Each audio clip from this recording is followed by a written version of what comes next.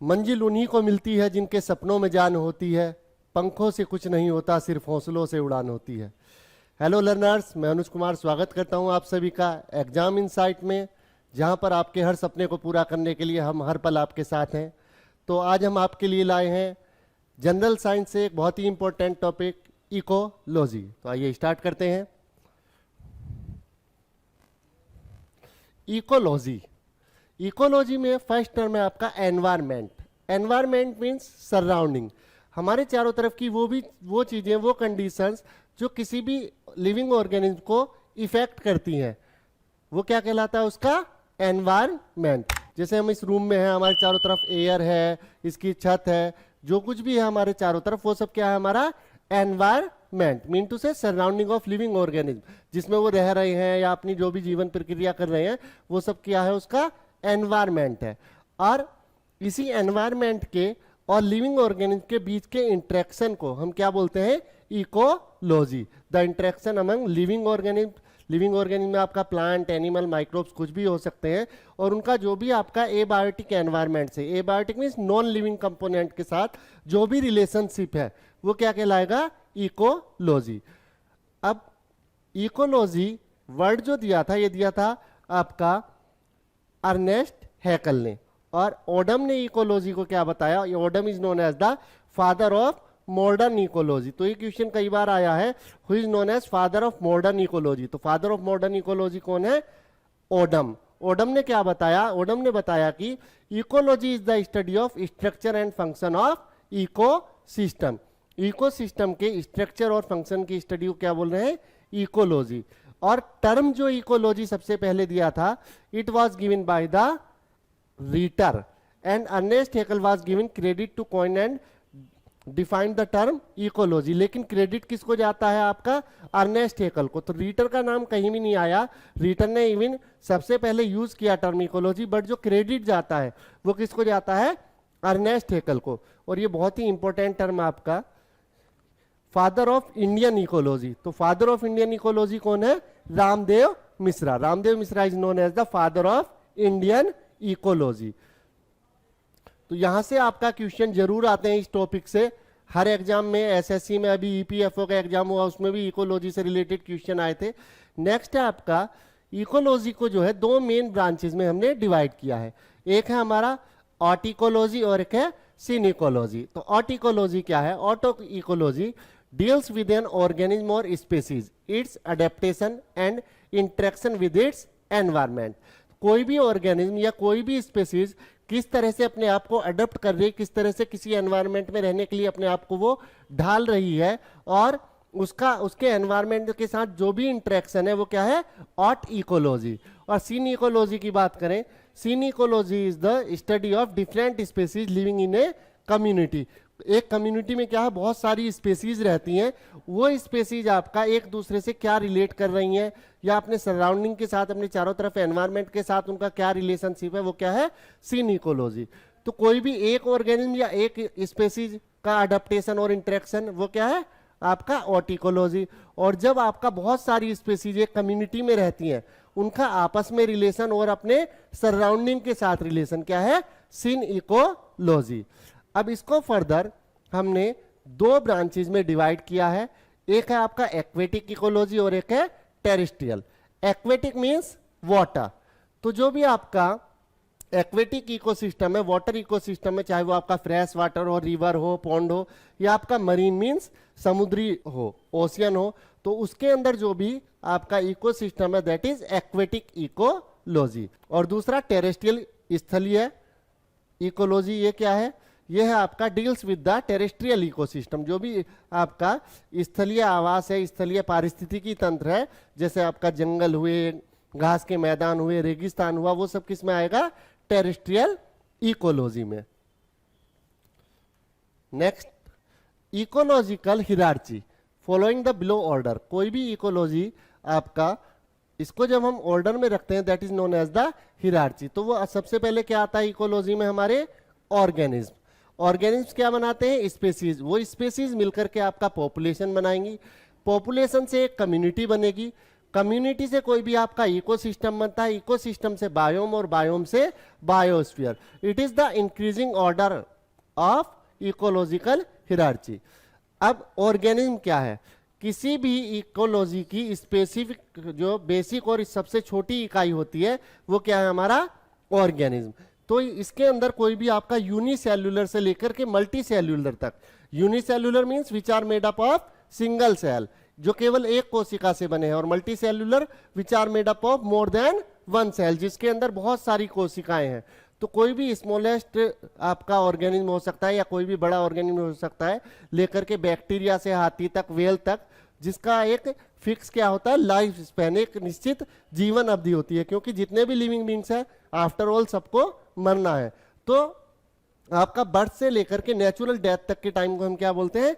Life span. तो जिसका एक निश्चित लाइफ स्पैन हो वो क्या कहलाते हैं? आपके ऑर्गेनिज्म। इसके बाद स्पेसीज या population, member of the same species living in a specific geographical area. तो आपका members of the same species के मेंबर जो किसी स्पेसिफिक ज्योग्राफिकल एरिया में रहते हो। A species is a group of organism that have a common gene pool and can interbreed to produce fertile offspring. तो species क्या है? Species is a group of such type of the organism which can produce the new organism by the process of reproduction, जो आपस में reproduction करके नए organism को produce कर सकते हैं, वो क्या कहलाती है? हमारी एक स्पेसीज कहलाती है। और बहुत सारी स्पेसीज मिलकर के क्या बना देंगी? आपका एक ये जो है पॉपुलेशन बनाएंगी।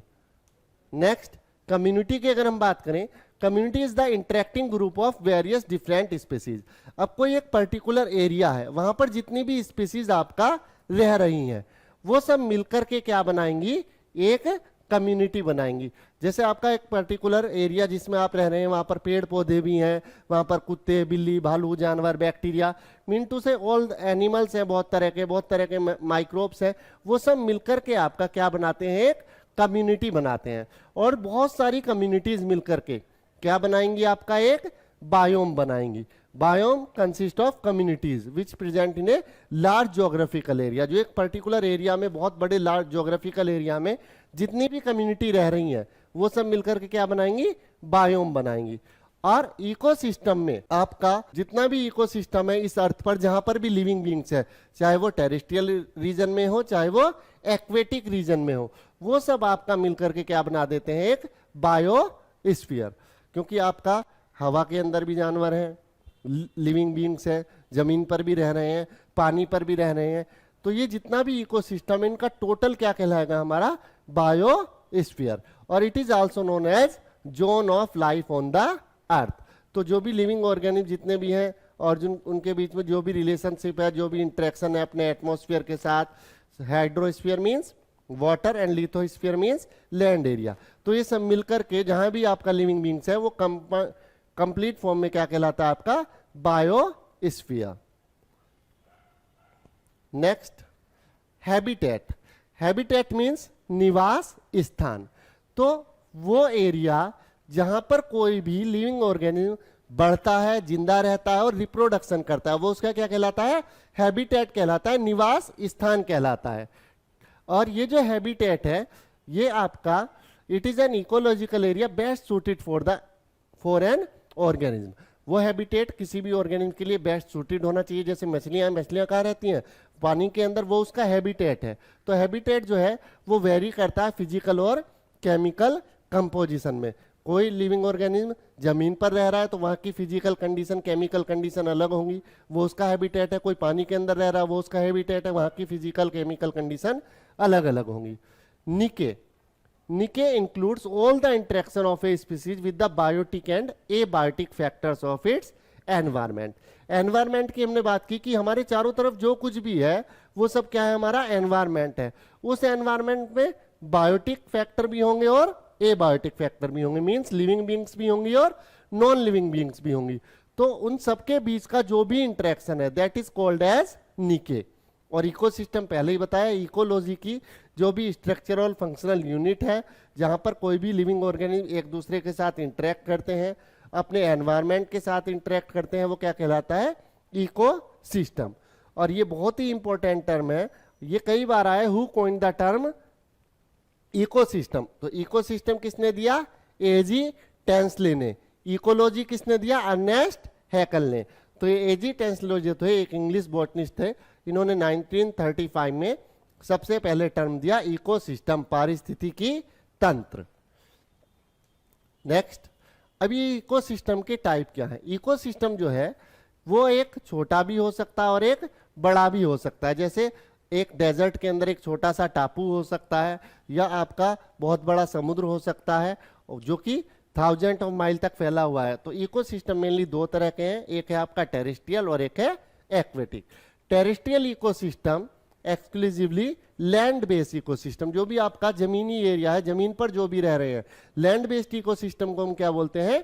Terrestrial ecosystem. और टेरेस्ट्रियल इकोसिस्टम को हमने 4 पार्ट में डिवाइड किया है। एक है फॉरेस्ट इकोसिस्टम, दूसरा grassland ecosystem, then tundra ecosystem and desert ecosystem. तो फॉरेस्ट इकोसिस्टम जो भी जंगल है आपका, जंगल में जितने भी लिविंग ऑर्गेनिज्म है, वहां पर आपका जो भी एबायोटिक कंपोनेंट है, वहां का टेम्परेचर, ह्यूमिडिटी, वो सब मिलकर के क्या बनाएंगे? आपका forest ecosystem. Same thing grassland, जो भी आपका घास के मैदान है, वहां पर लिविंग बींग्स हैं, वहां पर एबायोटिक फैक्टर है, मिट्टी है, घास है, वो सब मिलकर के क्या बनाएंगे? आपका ग्रासलैंड इकोसिस्टम। टुंड्रा इकोसिस्टम, ये भी आपका जो है फॉरेस्ट इकोसिस्टम की तरह है। और दूसरा आपका लास्ट डेजर्ट इकोसिस्टम, रेगिस्तान के अंदर जो इकोसिस्टम होगा वो क्या कहलाएगा? आपका डेजर्ट इकोसिस्टम। नेक्स्ट आपका जो एक्वेटिक इकोसिस्टम है पानी के अंदर, उसको भी हमने 2 पार्ट में डिवाइड किया गया है। जो आपका एक्वेटिक इकोसिस्टम है, it is based on the water bodies, जो पानी के अंदर लिविंग ऑर्गेनिज्म रहेंगे। तो एक इसमें क्या है आपका? एक है फ्रेश वाटर, जो साफ पानी के अंदर इकोसिस्टम रहेगा, जैसे तालाब में, नदी में, झीलों में। और दूसरा मरीन इकोसिस्टम, सी और ओशियन के अंदर जो रहता है। नेक्स्ट है हमारा स्ट्रक्चर ऑफ द इकोसिस्टम। तो स्ट्रक्चर की अगर हम बात करते हैं इकोसिस्टम के, तो ये क्या है? The living beings and the abiotic factor of the environment. जो भी आपका एनवायरमेंट के अंदर लिविंग और नॉन लिविंग कंपोनेंट्स है, जिसमें भी आपका, तो ये सब मिलकर के क्या बनाएंगे? आपका इकोसिस्टम। इकोसिस्टम के 2 कंपोनेंट, एक है आपका एबायोटिक और दूसरा बायोटिक। एबायोटिक कंपोनेंट 2 तरह के, एक तो क्लाइमेट फैक्टर इफेक्ट करेंगे लिविंग बींग्स को, just like rain, light, wind and temperature. और दूसरा हमारा इडेफिक मीन्स सॉइल, पीएच और मिनरल्स। और बायोटिक की बात करें तो जो भी लिविंग कंपोनेंट है, जस्ट लाइक प्रोड्यूसर और ऑटोट्रोफ। प्रोड्यूसर क्या है? जितने भी आपके ग्रीन प्लांट हैं, they can produce their food themselves, वो अपना भोजन खुद बना सकते हैं। या कुछ आपके बैक्टीरिया जैसे ब्लू ग्रीन एल्गे या एल्गे वगैरह, वो भी क्या है? मेनली प्रोड्यूसर है। प्रोड्यूस मीन्स प्रोडक्शन करना, किसी भी चीज को बनाना। क्योंकि जितनी भी अदर लिविंग थिंग्स हैं वो डायरेक्टली या इनडायरेक्टली अपने फूड के लिए किस पर डिपेंड है? प्लांट पर डिपेंड है। तो प्लांट क्या है? हमारे प्रोड्यूसर्स हैं। दूसरा हमारा कंज्यूमर या हेट्रोट्रोफ। कंज्यूमर्स जो कंज्यूम करेंगे प्रोड्यूसर से फूड को। कंज्यूमर्स आपका they are also known as the heterotroph. Heterotroph means which depend on the other for their food. जो अपने भोजन के लिए दूसरों के ऊपर निर्भर रहते हैं, वो क्या है? हमारे हेट्रोट्रोफ्स हैं। हेट्रोट्रोफ। और लास्ट है हमारा डीकम्पोजर। जब ये हेट्रोट्रोफ्स आपके डेड हो जाते हैं, मर जाते हैं, तो इनको डीकम्पोज करने के लिए बैक्टीरिया, वायरस एक बहुत ही, बैक्टीरिया, फंगस एक बहुत ही इंपॉर्टेंट रोल प्ले करते हैं। वो कुछ केमिकल सीक्रेट करते हैं और इनको सिंपल कंपोनेंट में ब्रेक डाउन कर देते हैं। तो वो क्या है? डीकम्पोजर्स है। तो ये आपका प्रोड्यूसर, हेट्रोट्रोफ्स एंड सेप्रोट्रोफ या डीकम्पोजर, ये क्या है? बायोटिक कंपोनेंट है। और आपका rain, light, wind, temperature, soil, pH, minerals, ये सब क्या है? आपका एबायोटिक कंपोनेंट है। तो इससे रिलेटेड क्वेश्चन अक्सर आ जाता है कि इनमें से एबायोटिक कंपोनेंट कौन सा है, बायोटिक कंपोनेंट कौन सा है। तो एबायोटिक से आपको याद रखना है जो भी नॉन लिविंग थिंग्स है, दे आर एबायोटिक कंपोनेंट। या और जो भी आपका लिविंग थिंग्स है वो क्या है? बायोटिक कंपोनेंट्स है। नेक्स्ट है फूड चेन। तो देखिएगा, फूड के लिए जितने भी लिविंग बींग्स हैं वो डायरेक्टली या इनडायरेक्टली एक दूसरे पर डिपेंड रहते हैं। और फूड चेन जो है वो एक सीरीज है in which the transfer of energy take place, जिसमें क्या होता है? एनर्जी का ट्रांसफर होता है एक ऑर्गेनिज्म से दूसरे ऑर्गेनिज्म के अंदर। जैसे आपका ये प्लांट है, प्लांट क्या है आपके प्रोड्यूसर्स हैं, autotroph, auto means self, troph means nourishment, स्वपोषी हैं, अपना पोषण खुद लेते हैं, सनलाइट की हेल्प से फोटोसिंथेसिस करके खुद से भोजन बनाएंगे। जो इस पर डिपेंड रहेगा डायरेक्टली वो क्या कहलाएगा आपका प्राइमरी कंज्यूमर। तो प्लांट को ग्रासहोपर ने खाया, ग्रासहोपर क्या है प्राइमरी कंज्यूमर। इस ग्रासहोपर को माउस ने खाया तो ये क्या है सेकेंडरी कंज्यूमर। इस माउस को आपका स्नेक ने खाया, टर्सरी कंज्यूमर। और स्नेक को हॉक ने, ईगल ने खाया, वो क्या आपका क्वार्टरी कंज्यूमर। तो इस तरह से फूड के ट्रांसफर के लिए एक चैन बन गई, इसी को क्या बोलते हैं हम फूड चैन। जो भी एक सीरीज है आपका जिसमें एनर्जी का ट्रांसफर हो रहा है, that series is known as a food chain. अगर हम सेम चीज को देखते हैं इन द एक्वेटिक इकोसिस्टम, तो जो आपके phytoplankton, phytoplankton means plant found in the water bodies. तो फाइटोप्लैंक्टन को क्या कहेंगे, जू प्लैंक्टन, जो छोटे छोटे कीड़े मकोड़े जीव जंतु रहते हैं पानी के अंदर। फिर उसको क्या खाएंगे छोटी मछली, उस छोटी मछली को बड़ी मछली, उस बड़ी मछली को और बड़ी मछली। तो इसी तरह से आपका एक सीरीज बन जाएगी for the transfer of energy, energy के ऊर्जा के स्थानांतरण के लिए। उस सीरीज को, उस क्रम को क्या बोलेंगे हम फूड चैन। और ये जब बहुत सारी फूड चैन मिल जाती हैं वो क्या कहलाती है फूड वेब। अब जरूरी थोड़ा ही है कि इस प्लांट को ग्रासहोपर ही खाए, इसको तितली भी खा सकती है, इसको मधुमक्खी भी खा सकती है, या इसको आपका खरगोश भी खा सकता है, फिर उसको माउस की बजाय कोई दूसरे ऑर्गेनिज्म खा सकते हैं। तो इस तरह से जो अब बहुत सारी फूड चैन मिल जाती हैं तो आपका क्या बन जाता है एक फूड वेब। तो ये आपका फूड चैन खाद्य श्रृंखला, और जब बहुत सारी खाद्य श्रृंखलाएं मिल जाती हैं तो वो क्या बनाती है खाद्य जाल, फूड वेब बनाती हैं। अब यहां पर आपका ट्रॉफिक लेवल की बात करें तो अभी आपने फूड चैन के बारे में बताया हमने आपको कि फूड चैन में क्या है एनर्जी का ट्रांसफर हो रहा है एक लेवल से दूसरे लेवल में, एक ऑर्गेनिज्म से दूसरे ऑर्गेनिज्म के अंदर। तो यहां पर जो है different organism occupy different level in the food chain, अलग अलग ऑर्गेनिज्म का एक अलग अलग लेवल रहेगा फूड चैन के अंदर। उसी के लेवल को हम क्या बोलते हैं ट्रॉफिक लेवल। तो हर एक ऑर्गेनिज्म एक अलग लेवल अपना ऑब्टेन करता है फूड चैन के अंदर। और ये जो है आपका अगर इसको सिंपल वर्ड में कहे कि position of the organism in the food chain, food chain के अंदर ऑर्गेनिज्म की जो पोजीशन है, जो स्थिति है, वो क्या कहलाता है इसका ट्रॉफिक लेवल। जैसे प्रोड्यूसर आपके क्या है फर्स्ट ट्रॉफिक लेवल पर आएंगे, कंज्यूमर सेकंड ट्रॉफिक लेवल पर, उसके बाद जो आपका सेकेंडरी कंज्यूमर है वो आपका थर्ड ट्रॉफिक लेवल पर, उसके बाद टर्सरी, क्वार्टनरी। तो आपका ऐसे जो भी आपका बढ़ता जाएगा, जो भी लेवल रहेगा वो उसका क्या कहलाएगा ट्रॉफिक लेवल कहलाएगा। तो यहां से क्वेश्चन पूछ लेता है कि आपका टॉप कार्निवर्स किस लेवल पर आते हैं, कार्निवल्स किस ट्रॉफिक लेवल पर है, या प्रोड्यूसर किस ट्रॉफिक लेवल पर है। नेक्स्ट है आपका 10% law of energy. 10% law of energy was given by the Lindeman. किसने दी थी ये लिंडमैन ने दी थी 1942 में।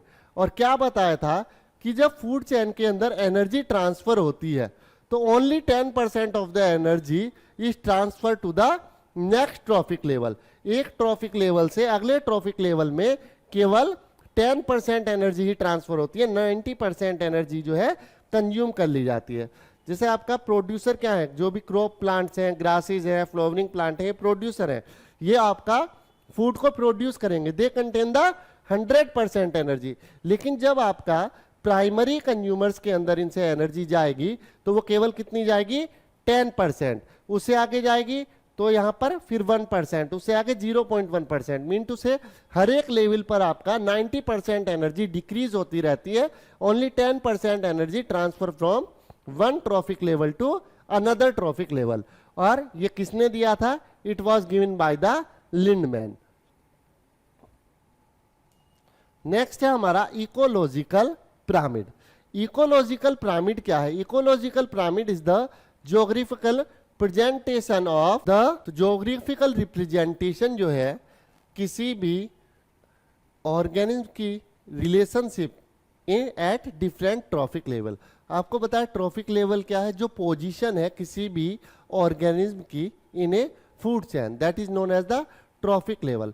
और इसी ट्रॉफिक लेवल को जब हम रिप्रेजेंट करते हैं in the form of the graph, that is known as the ecological pyramid.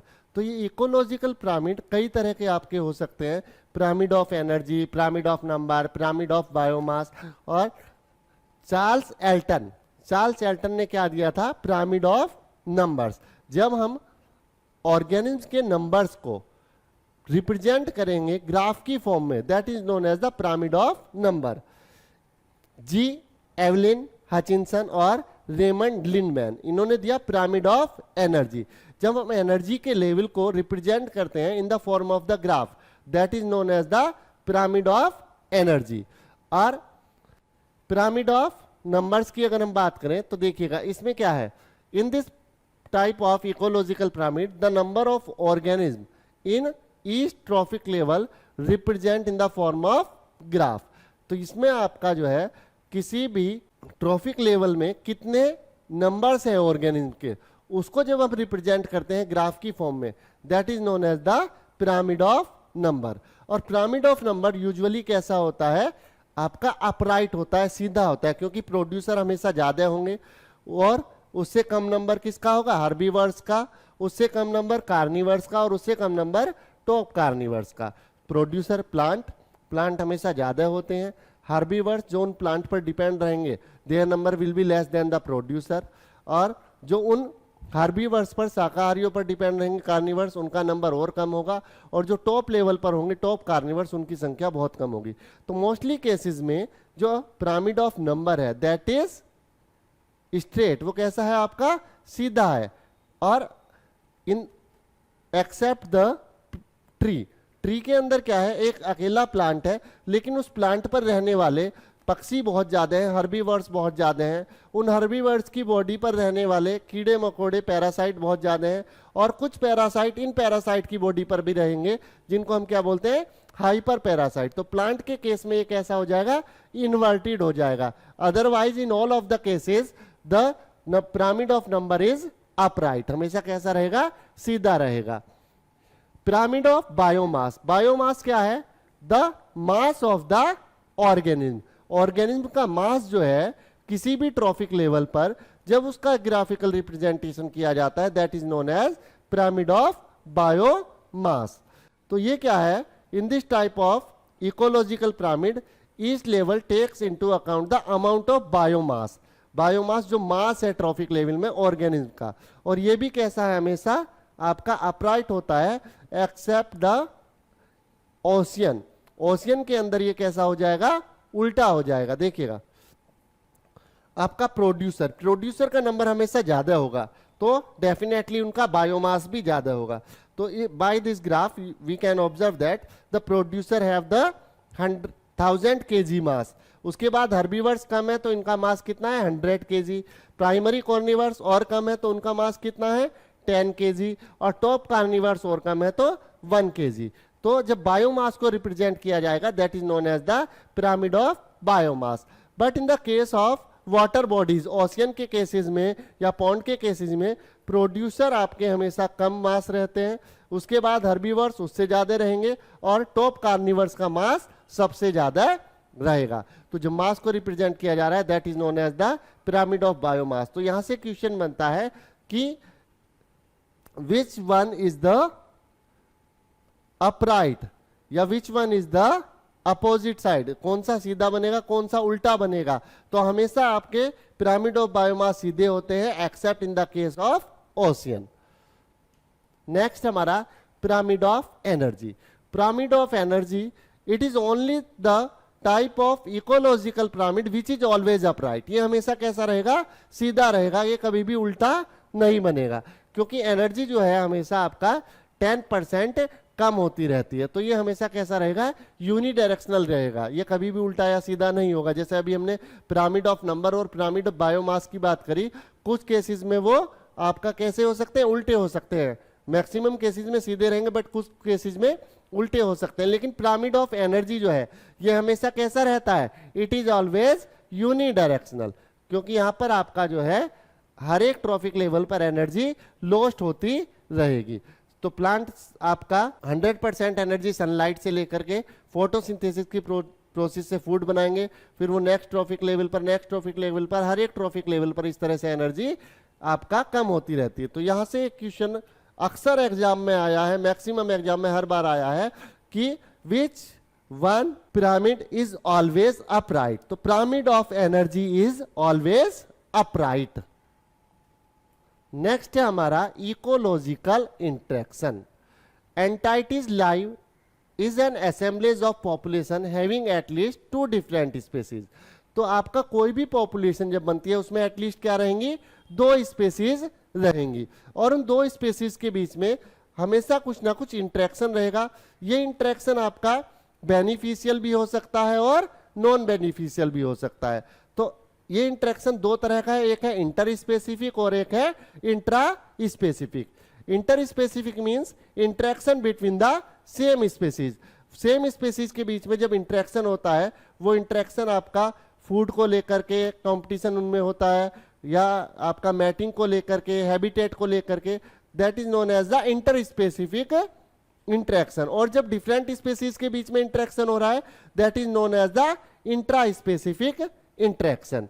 Population of 2 species में interact in ways that correspond to combination of neutral, positive and negative. इनके बीच में interaction कैसा हो सकता है, न्यूट्रल भी हो सकता है, मींस 2 स्पेसीज एक साथ रह रही हैं, एक दूसरे को किसी से ना कोई फायदा ना कोई नुकसान। या ये कैसा हो सकता है, हमेशा पॉजिटिव हो सकता है, means the interaction between 2 species is beneficial for each other. दोनों एक दूसरे के लिए बेनिफिशियल रहे। In some cases it may be positive and negative, means एक स्पीसीज को फायदा और दूसरे को नुकसान। तो इस कॉम्बिनेशन को हम प्लस प्लस, माइनस माइनस और प्लस माइनस से शो करते हैं। देखिएगा यहां पर 2 स्पीसीज हैं और उनके बीच में इंटरेक्शन हो रहा है। इसको बताया था सबसे पहले ओडम ने। निगेटिव इंटरेक्शन की जब हम बात करते हैं तो निगेटिव इंटरेक्शन में क्या होगा कि ना तो किसी को फायदा और ना किसी को नुकसान। तो यहां पर न्यूट्रलिज्म, एक स्पेसीज 1 स्पेसीज 2, इसमें से कोई भी पॉपुलेशन एक दूसरे को इफेक्ट नहीं कर रही है। दूसरा कंपटीशन, कंपटीशन जो होगा वो कंपटीशन इस तरीके से हो कि किसी को फायदा ना हो, किसी को नुकसान ना हो। या आपका जो है अगर पॉजिटिव निगेटिव की बात करें तो यहां पर पैरासाइटिज्म, पैरासाइटिज्म क्या है, सम ऑर्गेनिज्म लिव और depend on the other organism for their food, for their shelter, दूसरों पर डिपेंड करते हैं। तो यहां पर एक को फायदा होता है और एक को नुकसान। तो इसको हम किससे शो करेंगे, पॉजिटिव एंड निगेटिव से।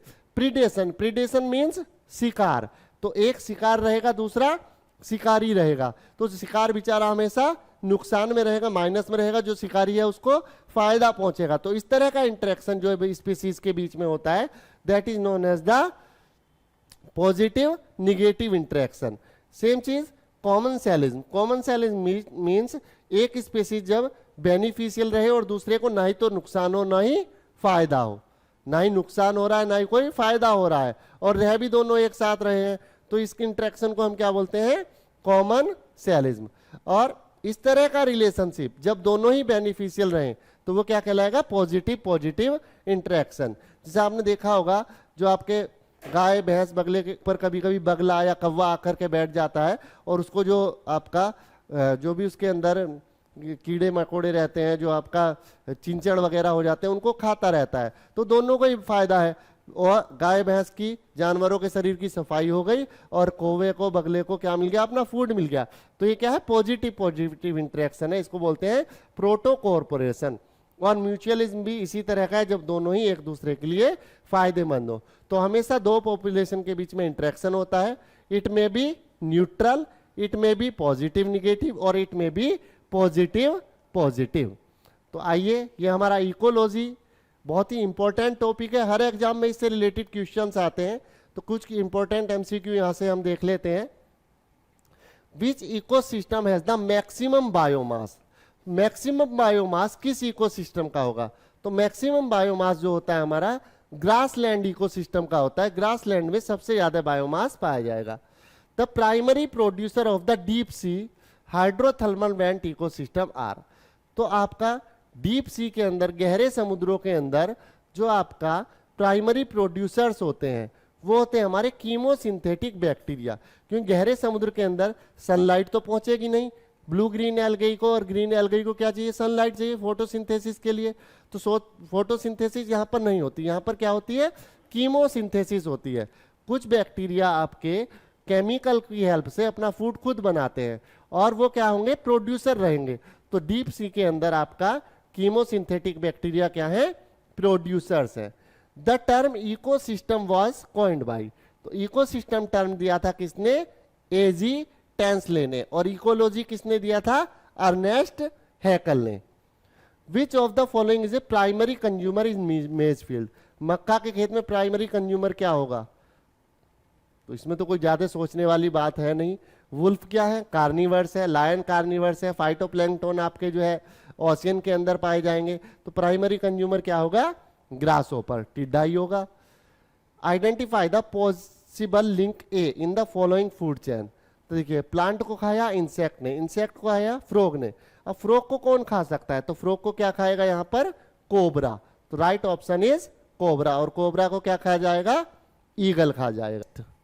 Pyramid of number deal with number of, तो अभी बताया था किसी भी ट्रॉफिक लेवल में जब हम ग्राफिकल रिप्रेजेंटेशन करते हैं that is known as the pyramid. तो यहां पर आपका क्या रहेगा, trophic level, individual in a trophic level. सबसे स्टेबल इकोसिस्टम कौन सा है, सबसे स्टेबल इकोसिस्टम आपका फॉरेस्ट की अगर हम बात करें, खत्म हो जाएंगे अगर काट दिए जाएं। माउंटेन है, किसी भी रीजन से गिर सकते हैं, टूट सकते हैं, ढह सकते हैं। रेगिस्तान भी खत्म करके हम पेड़ उगा सकते हैं, बहुत टेक्नोलॉजी आ गई है। लेकिन जो ओशियन इकोसिस्टम है, it is the most stable ecosystem. In a biotic community the primary consumer, तो प्राइमरी कंज्यूमर हमेशा क्या होते हैं, हार्बीवर्स, शाकाहारी, जो डायरेक्टली ऑटोट्रॉफ पर डिपेंड रहते हैं। 10% एनर्जी लो, बहुत ही इंपॉर्टेंट क्वेश्चन है, कई बार आया है। 10% एनर्जी सिस्टम दिया था आपका लिंडमैन ने, और क्या बताया था, जब किसी भी ट्रॉफिक लेवल से दूसरे ट्रॉफिक लेवल में एनर्जी ट्रांसफर होती है तो केवल 10% जाएगी। मींस अगर आपका प्रोड्यूसर के पास 100 ग्राम एनर्जी है तो प्राइमरी कंज्यूमर के पास कितना जाएगा, केवल 10 ग्राम। और उसके बाद जो प्राइमरी कंज्यूमर पर डिपेंड रहेगा, सेकेंडरी कंज्यूमर, उसके पास जाएगा 1 ग्राम। हर ट्रॉफिक लेवल में आपका 90% एनर्जी यूज कर ली जाएगी, केवल 10% आगे ट्रांसफर होगी। Which of the following ecosystem has highest growth primary productivity, तो हाईएस्ट ग्रोथ प्राइमरी प्रोडक्टिविटी हमेशा पाई जाती है रेन फॉरेस्ट में। तो ये कुछ इंपॉर्टेंट क्वेश्चन है, बहुत ही इंपॉर्टेंट टॉपिक है आपका इकोलॉजी। हर एग्जाम में 2-4 क्वेश्चन इससे आते ही आते हैं, तो इसको अच्छे से आप देखिएगा। वीडियो को हमारी लाइक कीजिएगा, शेयर कीजिएगा, और आप वीडियो देख तो रहे हैं लेकिन सब्सक्राइबर नहीं बढ़ रहे। सब्सक्राइब आप बहुत कम करते हैं, भाई क्या जा रहा है एक फिंगर्स टच करने में या अंगूठा टच करने में। हम आपसे कोई बड़ी डिमांड तो कर नहीं रहे हैं, आपसे एक थोड़ा सा आपका सहयोग चाह रहे हैं जिससे हमारा मनोबल बढ़े और हम आपके लिए फ्यूचर में इसी तरह से अच्छी वीडियो लाते रहें। तो वीडियो को सब्सक्राइब जरूर कीजिएगा, और आपकी अगर कुछ क्वेरीज हैं या कोई भी सजेशन है कमेंट्स के थ्रू जरूर बताएं। Thanks to all, bye bye.